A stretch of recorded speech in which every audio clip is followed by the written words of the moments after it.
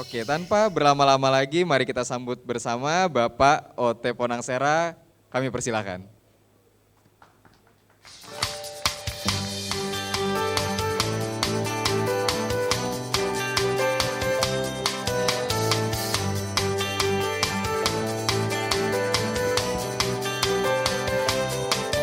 Ya, Bismillahirrahmanirrahim. Assalamualaikum warahmatullahi wabarakatuh. Selamat siang, salam sejahtera buat kita semua. Hari ini saya perkenalkan, saya Ponangsera, Chief Product Officer dari Bio Farma Digital atau strategi SBU, Digital Service Ecosystem and Enterprise IT Bio Farma Group. Mungkin teman-teman heran nih, Bio Farma dari perusahaan vaksin tiba-tiba menjadi digital company, gitu ya. Jadi ada story-nya, ada ceritanya. Kenapa kami dari vaksin company mempunyai side business yang akan fokus kepada digital healthcare. Oke, hari ini kami akan sharing ada beberapa hal terkait tentang highlight di bidang digital healthcare, tentang Indonesia Healthcare Ecosystem, apa yang kami lakukan untuk melakukan transformasi digital di Bio Farma Group, dan apa yang produk-produk yang sudah kami keluarkan untuk mendukung digital healthcare ecosystem. Seperti yang kita tahu teman-teman semua, bahwa COVID kemarin itu sangat memberikan impactful kepada kita, terutama di bidang healthcare.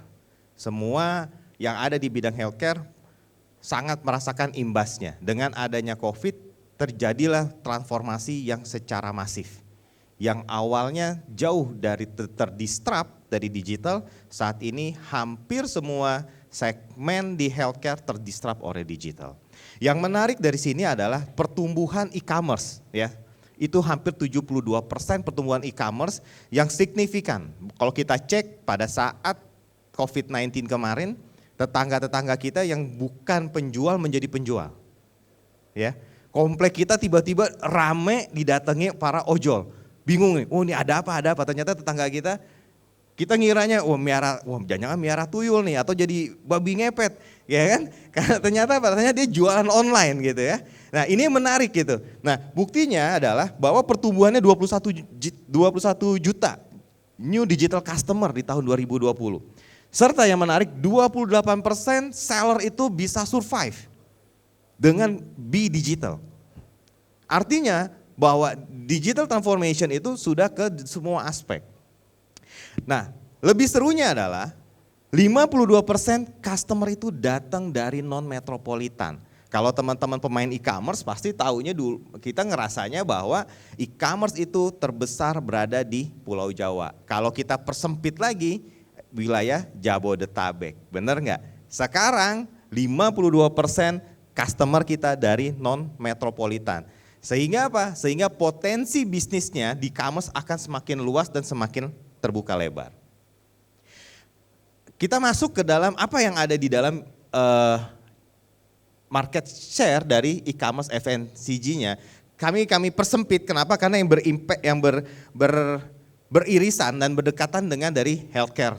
Ya kita lihat bahwa 43,5% dikuasai oleh beauty dan care. Kemudian ada mom and baby, health-nya ada 23, food and beverage-nya ada di 19. Ini adalah pembagian atau market share dari masing-masing kategori. Sehingga teman-teman bisa lihat nih, kalau mau main di e-commerce, main di produk yang mana? Yang tadi barusan saya sempat ngobrol-ngobrol juga sama teman-teman dari Circlo, wah ternyata untuk beauty and care ini kencang banget di e-commerce tanpa effort besar bahkan ya, itu cepet banget gitu ya. Nah dan sekarang udah mulai pergerakan di bidang health-nya karena dengan impact COVID kemarin semua menjadi aware terhadap kesehatan. Jadi pada apa yang akan kita lakukan ya setelah COVID-19 itu bagaimana tentang penggunaan digital services. Ya digital services ini tentu saja mengakselerasi dari sisi operationnya. Kemudian ada regulation and fundingnya, mengorkestrasikan ya antara governance dan sistem. Nah kalau untuk di healthcare kami itu sangat strict dari sisi governance. Ada Badan POM yang mengawasin, ada Dinas Kesehatan, ada Kementerian Kesehatan, belum lagi kalau kami di vaksin itu ada WHO di sana. Sehingga apa? Untuk yang healthcare ini sangat unik dan sangat different dengan bisnis yang lain. Sehingga apa yang kita develop, kita mesti ngeliat dulu regulasinya bagaimana nih. Karena tidak mungkin kita mengubah regulasi yang ada. Beda dengan bisnis yang lain. Bisnis yang lain bisa paralel, ya, bahkan bisa mendrive regulasi. Seperti kayak transportasi online, itu bisa mendrive regulasinya. Tetapi untuk kesehatan sampai saat ini belum ada yang bisnisnya bisa mendrive regulasi. Ya, walaupun saat ini dari teman-teman Badan POM maupun Kementerian Kesehatan sudah mulai nih menyesuaikan dan menyadari bahwa pentingnya regulasi di bidang digital healthcare. Next, yaitu adalah digital ecosystem. Nah, dengan adanya digital ecosystem itu ekstensifikasi collaboration. Yang dibutuhkan saat ini, baik digital healthcare kami maupun dengan e-commerce yang lain, yang dibutuhkan adalah ekosistem yang bisa berkolaborasi. Gak mungkin di dalam disruption ini kita ngebangun ini semua. Kemudian adalah tentang Digital Industry Foundation ya. Jadi 4 blok inilah yang akan membuat sebuah fondasi yang semakin solid dalam menyusun membangun sebuah digital transformation. Kalau kita lihat apa yang akan berkembang di tahun 2023, tentu adalah health tech. Nah, inilah kenapa Bio Farma Group membangun Bio Farma Digital yang akan berfokus kepada pengembangan digital health tech-nya. Mengembangkan digital healthcare transformation di dalam grup kita. Kemudian adalah edutech atau future of work. Sekarang kalau kita bicara edutech, hampir semua platform-platform pendidikan sudah mengarah ke sana. Kemudian fintech, nah yang menarik nih fintech, semua yang dari mulainya hanya wallet, ya kan, bahkan sekarang udah beralih bisa menjadi fintech. Kemudian climate dan AI. Next, ya ini sepintas saja. Kalau kita lihat bahwa di tahun 2025 masih besar potensi atau market size untuk produk-produk digital kesehatan. Dari mana? Dari wellness and disease preventive. Kemudian dari mana lagi? Screening dan diagnostik maupun care delivery. Artinya apa teman-teman? Digital healthcare masih berpotensi dan masih sangat menarik untuk kita geluti di dalam sana. Kenapa? Karena kembali lagi dengan impact kemarin, impact dari COVID kemarin memberikan apa? Awareness yang berbeda. Mengubah behavior dari customer kita. Merubah dari gayanya mereka. Ya. Oke. Nah, sekarang kita masuk tentang Indonesia Healthcare Ecosystem. Inilah posisi ekosistem value chain yang ada di Indonesia, yang ada di negara kita. End to end-nya, mulai dari pharmaceutical-nya, manufaktur sampai ke payer. Apa pain yang ada? Pain di sini masih terfragmentednya data dan sistem. Agree? Belum terintegrasinya antara layanan-layanan, baik dari manufaktur sampai ke payers. Contohnya, masih ingat nggak teman-teman? Sekitar 2 tahun lalu pada saat Presiden kita Jokowi mendatangi sebuah farmasi di Bogor, menanyakan satu obat itu tidak ada dan tidak ada yang tahu obat itu ada di mana. Nggak bisa diprediksi obat itu ada di mana dan berapa jumlahnya. Apa nggak serem kita? Tapi itu faktanya gitu ya. Itu faktanya. Kenapa? Karena orang masih berpikirnya adalah fragmented. Saya orang manufacturing, saya orang distribution, saya orang medical device, saya orang hospital, private hospital. Datanya gua keep sendiri dong. Gua orang government. Oh nggak bisa, gua orang kliniknya punya BUMN. Oh gua klinik private. Belum ada integrasi data di sana. Nah ini kondisi existingnya teman-teman. Ini real keadaan yang ada di saat ini. Nah, apa yang akan kami bangun bersama-sama? Ini yang akan kami bangun. Bagaimana kita menyatukan menjadi vision healthcare ecosystem yang menyatukan, mengintegrasikan dot demi dot pelayanan dan ataupun fasilitas kesehatan yang ada. Sehingga apa? Sehingga ada satu cycle di mana customer atau pasien itu mendapatkan feel yang sama, mendapatkan service yang sama, mendapatkan garansi yang sama, baik layanan online maupun layanan offline. Kami membagi menjadi 2 layer. Pertama layer 1. Apa itu layer 1? Layer 1 itu yang direct langsung dengan customernya. Apotik, klinik, hospital, lab di sana, payer di sana. Kemudian ada yang layer 2. Layer 2 itu apa? Yang tidak direct tapi memberikan impact kepada customer seperti distributionnya, manufakturnya, regulasinya kita gandeng, ada TPA-nya. Ini yang sama-sama ingin kami bangun teman-teman. Inilah kenapa adanya digital transformasi yang dilakukan oleh Bio Farma Group. Kami menyatukan ini bukan untuk grup kami sendiri, tapi we are open to collaborate with another company, with private company, not only our subsidiary, ya. Oke, apa yang kita lakukan? Pertama kita bangun dari beberapa layer. Kita bangun capability-nya, kita mulai hire dari tim-timnya, kita gandeng partnership kita. Ya, karena nggak mungkin kita build semua sendiri. Bisa, tapi mungkin nggak tahu tahun berapa jadinya, ya kan? Bisa kita build sendiri, kita nggak gandeng partner, bisa. Bisa kita bangun sendiri. Tapi saya mungkin udah keburu pensiun gitu, nggak sempet cerita ke teman-teman sekarang. Jadi kita gandeng talent dan partner yang punya capability. Tentu didukung oleh finansial, ya karena setiap perubahan pasti ada pengorbanan gitu. Kemudian didukung oleh governance. Terakhir ada organisasi. Nah, saat kami membangun ini semua, kami yang 4 ini menjadi pondasi awal. Kenapa? Karena kami SOE Pak, kami di bawah BUMN. Tetap kami gandeng yang namanya pemerintahan, kami gandeng yang namanya organisasi dari kesehatan, baik ID, IAI, PDGI, semua kita gandeng. Tujuannya untuk apa? Apa yang kita bangun ini mereka mendapatkan impact-nya. Karena kembali goals kita adalah ini. Kalau kami dari Bio Farma Group tidak bisa menggandeng partner, maka visi untuk menjadikan integrated healthcare ecosystem nggak akan bisa. Oke, selanjutnya kita bangun modern IT dengan data backbone, security, software as a service, cloud, IoT, ya. Dan dari yang kita kembangkan, yang kita bangun, hanya 3 fokus kita. 1, apa yang kita bangun itulah create new business model. Sebagai apa? New revenue generator.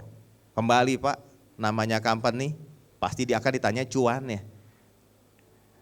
Bener ya Pak? Bener gak Ci? Akan tanya cuannya, kasih investasi, oke nih kasih investasi, berapa cuannya? Apa bisnisnya? Gitu ya. Jadi ini yang kami lakukan, melakukan transformasi digital di Bio Farma tetap ditanya. Sera, lu minta duit, berapa cuannya nih? Oh iya, ada cuannya. Dia kenapa? Karena ini bisnis baru, bisnis model baru. Nah, apalagi? Yaitu mengimprove bisnis existing. Bahwa transformasi, yang salah kadang-kadang salah dipahami adalah transformasi itu adalah create something new, padahal enggak. Kita mengimprove business existing, this is a transformation process. Not only build the something new di sana, gitu ya. Yang ketiga adalah memberikan customer experience yang baru. Apa sih yang customer rasain? Selama ini customer merasakan secara offline gitu. Ya, jadi 3 fokus inilah sebagai dasar Bio Farma Group melakukan digital transformation. Next, inilah salah satu produk kita yang akan launching nanti besok malam. Jadi sore ini saya harus terbang karena akan menghadiri launching ini. Ini yang kita bangun adalah Mediverse, Medical Universe. Salah satu produk digitalnya Bio Farma Group. Yaitu apa? Yaitu super apps tentang healthcare. Jadi kita bangun namanya, di sini bisa dibilang e-commerce atau marketplace yang memang dedicated untuk healthcare. Apa aja yang ada di sini? Ada preventive care, ada telemedicine-nya, ada online reservation, ada healthcare store-nya, dan yang paling menarik yang kami kembangkan di sini, kami membangun yang namanya electronic health record. Sehingga apa? Sehingga pada saat teman-teman melakukan transaksi di sini, teman-teman melakukan transaksi offline melalui yang masuk ke dalam ekosistem kita, teman-teman memegang medical record-nya di dalam handphone. Saat pindah rumah sakit, saat pindah klinik, dokter bisa view only apa riwayat kita. Sehingga apa? Sehingga tidak terputus diagnosisnya. Sehingga kalau kita lupa obatnya, ada alergi obatnya, terrecord semuanya. Kadang kalau kita pindah rumah sakit, dimulai lagi dari awal. Benar nggak? Terutama kalau kita punya anak tuh. Kita punya anak di rumah sakit A, vaksinasinya 1 buku, kita pindah kota, rumah sakit B punya buku lagi. Dan kadang-kadang kita selalu lupa kapan waktunya booster vaksinasi buat anak kita. Jadi karena pengalaman pribadi gitu kan. Nah kemudian di sini ada yang namanya online reservation. Kita bisa melakukan reservasi online buat dokter, layanan klinik maupun layanan rumah sakit. Dan yang teman-teman bahwa medical universe ini akan kita bangun seperti healthcare personal healthcare assistant. Dan kita akan bikin betul-betul personalize seperti apa yang diri kita. Gitu ya. Dan ini bukan hanya grupnya Bio Farma yang sudah join, bahkan teman-teman private pun sudah masuk ke dalam sebagai merchant di dalam Mediverse. Produk kita yang kedua adalah Medtrack. Ya. Medtrack lahir, bisa dibilang lahirnya dipaksa lahir Pak. Jadi saat itu masih bisa dibilang MPV, udah dipaksa lari. Kenapa? Saat itu bertepatan dengan COVID-19, vaksin itu datang, kami Bio Farma ditugaskan bagaimana tugasnya Bio Farma mengirimkan vaksin dari Pasteur sampai ke Papua. Dan menterinya harus tahu berapa vaksin yang keluar dari Bio Farma, berapa vaksin yang masih di perjalanan, berapa vaksin yang udah diterima di dinas kesehatan secara real time. Kalau tidak ada kejadian pandemik kemarin, mungkin Medtrack ini lahirnya bisa barengan dengan adik-adiknya. Tapi ini ya bisa dibilang dipercepat lahirnya. Medtrack melakukan proses serialisasi dan melakukan trace and tracking vaksin dari pabrik sampai ujung ke depan. Andai kata saat itu diizinkan oleh kementerian, bahkan kami bisa men-tracking sampai NIK Bapak Ibu pada saat vaksin dimasukin. Kalau sampai itu kemarin disetujui Pak, saya bisa punya datanya Pak. Oh Pak Andre pakai vaksin nomor batch-nya sekian, sekian, sekian. Oh Bapak perjalanan kemana-mana, kalau itu enggak Pak. Ya, artinya apa? Artinya bisa ke tracking. Sebenarnya memang kita ingin men-track sampai ke NIK-nya. Supaya tahu mana orang yang benar-benar sudah divaksin, mana yang belum. Gitu. Kemarin akhirnya diputuskan bahwa yang masuk di sistemnya adalah menggunakan sistemnya BPJS. Sehingga kami menyiapkan vaksin sampai ke titik pelayanan. Ini secara live, secara real time, kita bisa melihat behavior drivernya, driver itu berhenti di mana, berapa kecepatannya, berapa suhu vaksin yang ada di truk. Ini kami lakukan secara real time dengan menggunakan IoT yang ada.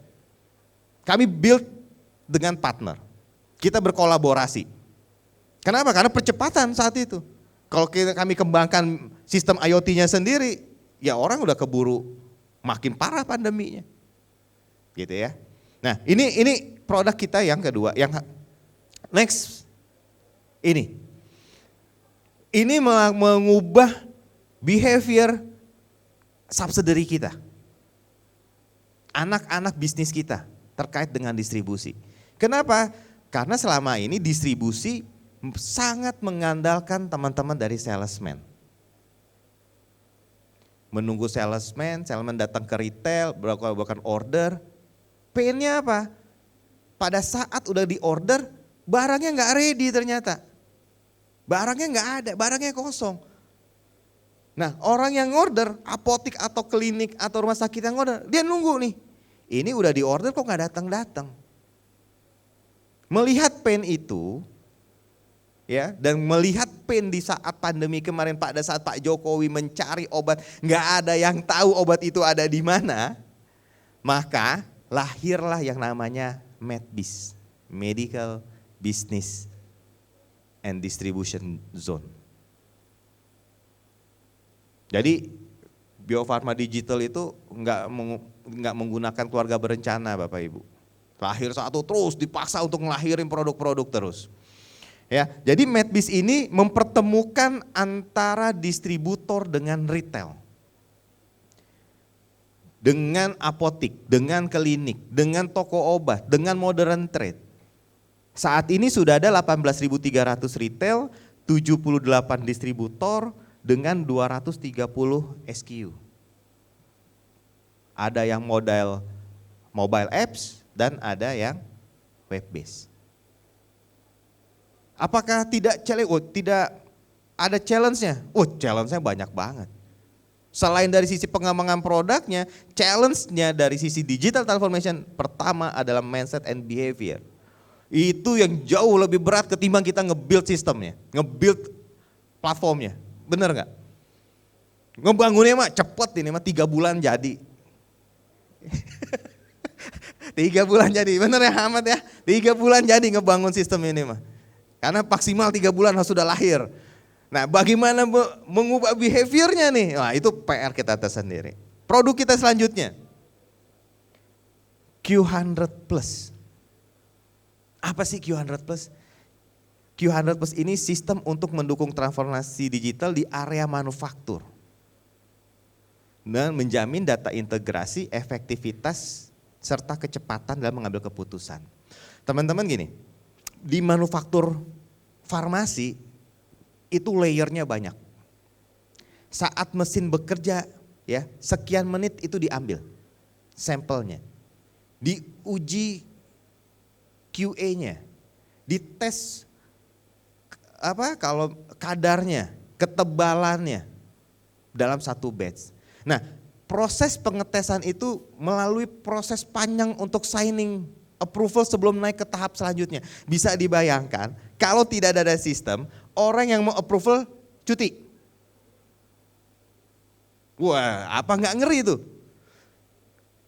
Saya supervisor, narik data dari produksi, saya ambil buat saya sampling, naik ke asmannya, asisten manajer QA-nya untuk meng-approve bahwa ini oke, lanjut ke fase berikutnya, ya kan? Asmannya cuti. Apa nggak ngeri? Akhirnya apa? Kita ubah nih. Kita siapkan namanya electronic batch record. Semua hasil semua hasil batch itu satu produksi tentang obat itu, mulai dari formulariumnya, tahapan-tahapan produksinya kita elektronikan, dan dimanapun petugasnya dia, kalau memang itu tanggung jawabnya dia untuk sign, dia bisa akses. Itu satu. Yang kedua, pernah dengar Badan POM menarik obat? Ya, nah itu effortnya berat teman-teman. Mulai dari manufakturnya, teman-teman di distribusinya, effort berarti apa? Dia mesti ngecek nomor batch yang mana. Dia ngecek lagi ke distributor. Disalurkannya ke distributor apa? Dari distributor nanti ngecek lagi, dia ngirimnya ke apotik-apotik mana. Kami integratekan dengan melalui manufakturnya ada Q100 Plus, ngirimnya dari manufaktur menggunakan Medtrack, distributornya ngejualnya pakai MedBiz. Satu-satu nih kami jahitin. Q100 Plus paling ujung di manufaktur. Proses manufakturnya pakai Q100 Plus. Barang udah jadi dong, mau dikirim, pakai Medtrack. Nah, distributornya jualannya pakai apa? Pakai MedBiz. Customer belinya di mana? Pakai Mediverse. Ini kembali, kenapa kami bangun ini? Kami membangun yang namanya tadi di digital healthcare ecosystem yang terintegrasi. Welcome, kita welcome. Di dalam Mediverse akan banyak mitra-mitra dari private. Di dalam Medbis akan banyak nanti mitra-mitra dari private. Kita welcome karena goals kita apa? Kita ingin membuat masyarakat Indonesia itu aman terhadap pelayanan kesehatan. Kita yakin bahwa kita melakukan pelayanan kesehatan baik online maupun offline, kita yakin akan sama pendapatan. Nah, ini kita lakukan juga dari sisi research, yaitu menggunakan machine learning. Untuk apa? Untuk menvaksin, memanen virus Bapak Ibu.